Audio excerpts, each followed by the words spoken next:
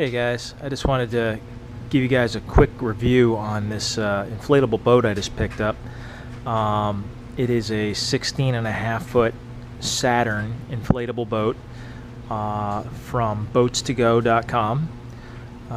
It was very inexpensive. Although it does not have it in it right now, it does have a sectional aluminum floor that does go in here to support the inflatable keel.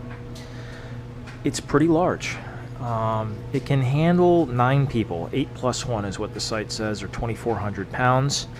I've seen video on YouTube of this boat handling up to 10 people, shuttling them back and forth to parasailing boats in very rough, wavy seas. I've only had it out once so far, but it was very underpowered with an 8 horsepower Yamaha 4-stroke that I had on it. Only took me that one outing to realize that this boat needs a lot more power, so I sold that motor so that I can get something larger. Ideally I would like a 25 horsepower on this boat, but outboards are extraordinarily overpriced in my opinion.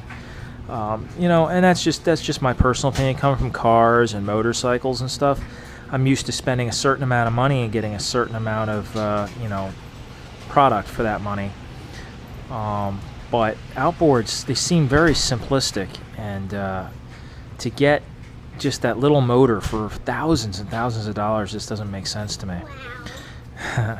So right now, all indications point to my best deal being a 20 horsepower Suzuki 4-stroke, which is the best bang for the buck. I can get it shipped to my door for $2,600, and it's also the lightest engine in that bracket. I believe it's 97 pounds wet.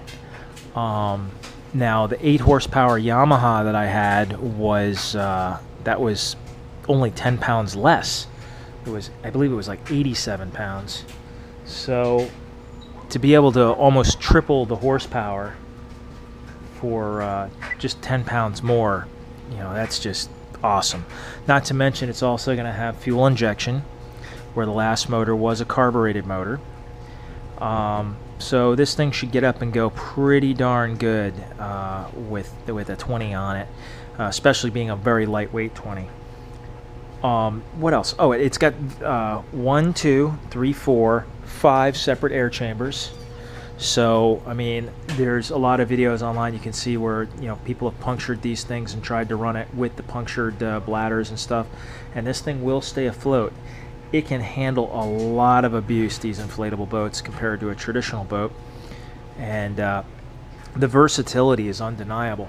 Right now, you might notice that it's kind of sitting on the floor right now because there's no support for the keel right now, being the floor, but it's up in the back. And the reason for that is one of the greatest investments I made as soon as I bought this thing is I got these brackets with these fold-down pin-style securable wheels. And they fold up when you're in the water, or you can take them off. I just fold them up out of the way because I like having them on there just for versatility. And with that, especially like right now with the floor out, this thing is extraordinarily light. Like I can literally just one-armed reach down here, grab the handle, and lift the whole boat up off the ground. No problem. Roll it into the water. It is not that heavy once the floor is in.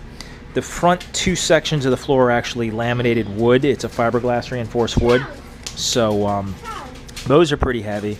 And the aluminum floor panels, which you can see over there, they're not really light either.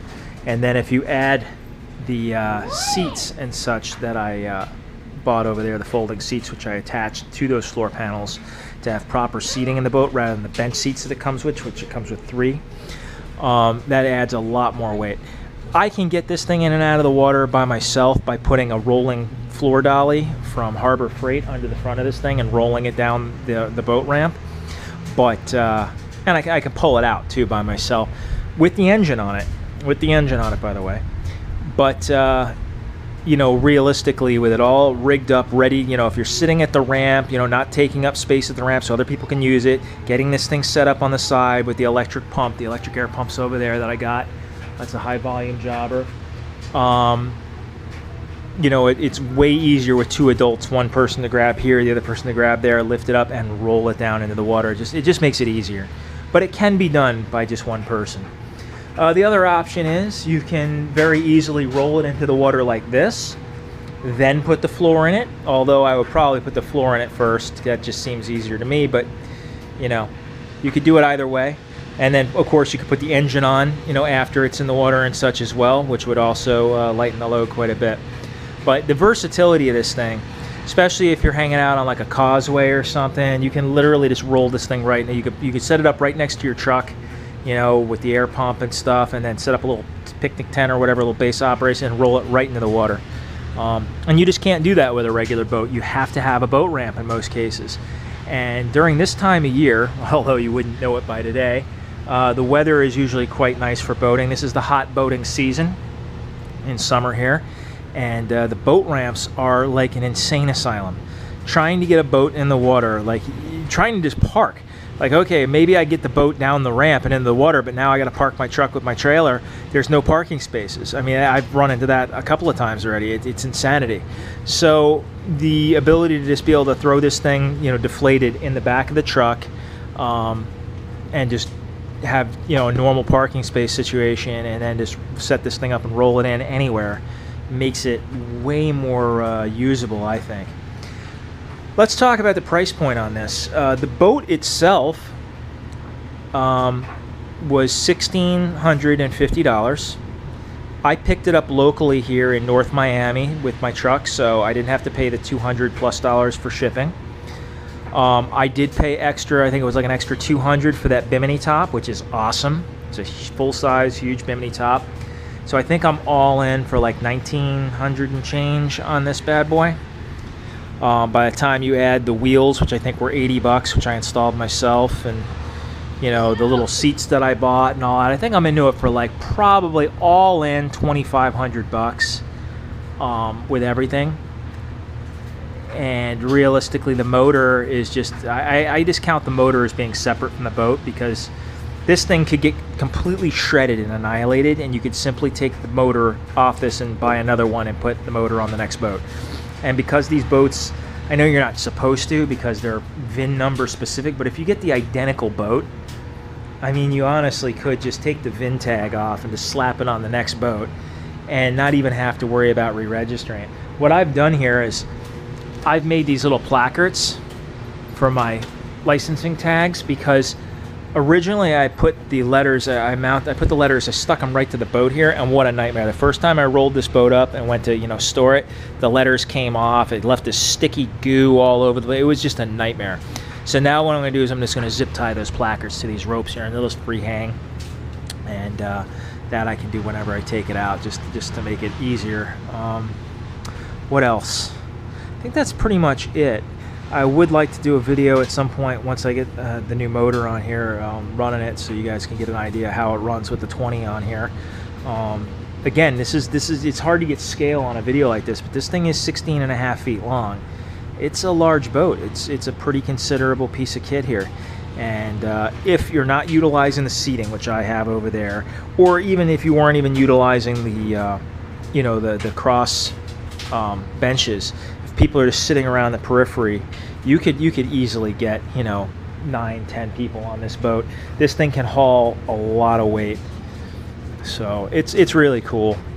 I like it, and I think for the money it can't really be beat. You know, I would like a regular boat at some point, but the ability to be able to deflate this thing and literally have it roll up and stick, you know, in that spot in that little corner over there and take up no space in my garage when it's not being used, that's just priceless. You can't put a value on that.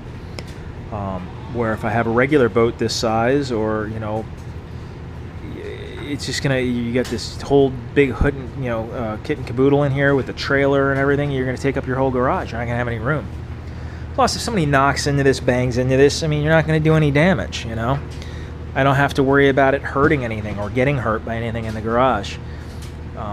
So very cool, and hopefully we get the next video with us running it. So till then.